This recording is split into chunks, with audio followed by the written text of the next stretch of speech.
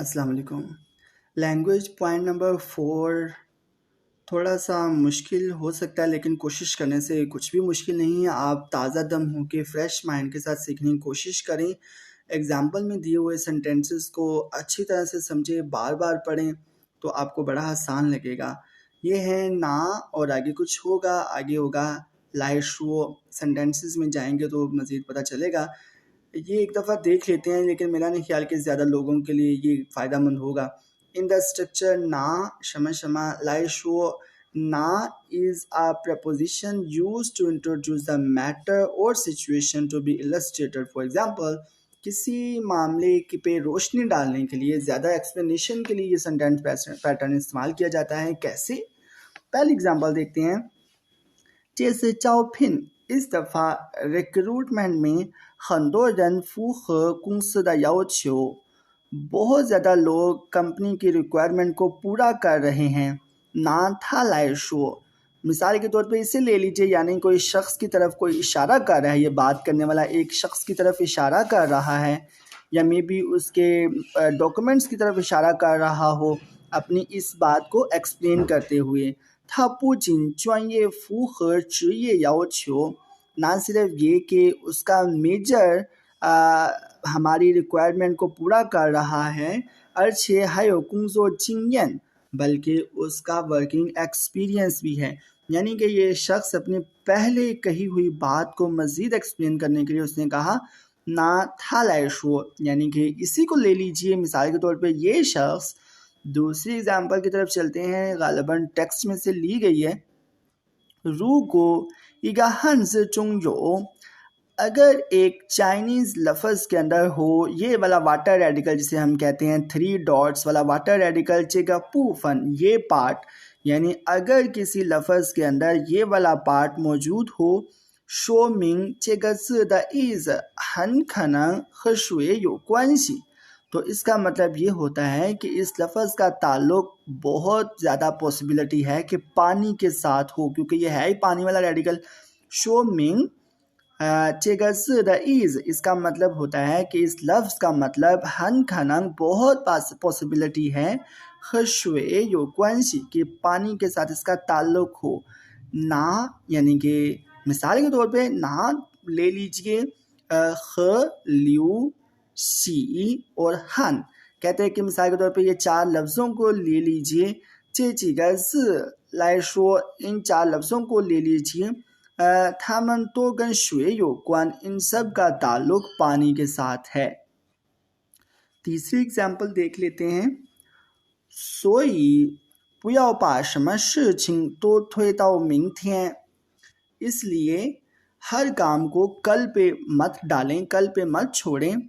一切从现在做起 हर काम अभी से करना शुरू कर दें।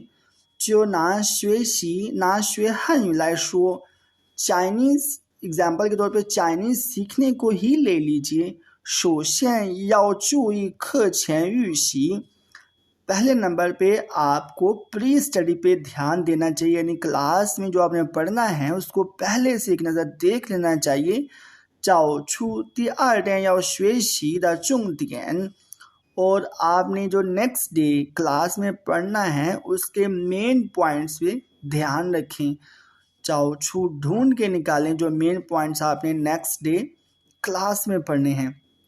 प्रैक्टिस के लिए जो 3 सेंटेंसेस दिए थे वो खाली जगह मैंने पुर करके रखी हुई है, इसको भी देख लेते हैं।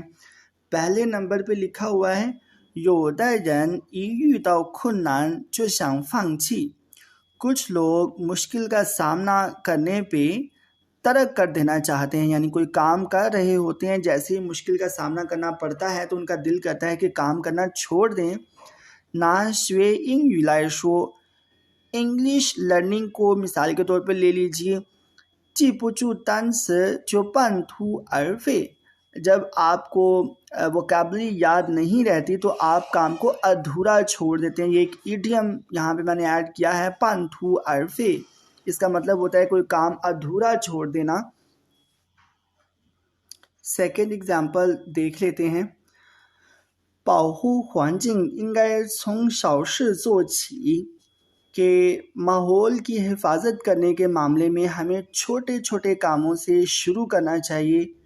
नालाजी फल्ले लाइशो के जो कूड़े की अक़साम होती हैं उनको मिसाल के तौर पे ले लें। हमें चाहिए मैंने अपनी तरफ से ऐड किया है, मैं चोंगलाजी तो या फंखाई रंग के हर तरह का जो कूड़ा करकट है उसे अलग अलग इकसाम के हिसाब से हमें फेंकना चाहिए। यानी कि ये ना हो कि हम पेपर हैं, ज़ाया हुए गत्ते के पेपर हैं, उनको उनके अंदर शीशे के पीस फेंक रहे हैं, तो वो गलत तरीका है। हमें शीशे की जो टूटे हुए पीस हैं वो अलग तरीके से फेंकने चाहिए और पेपर को अलग फेंकना चाहिए।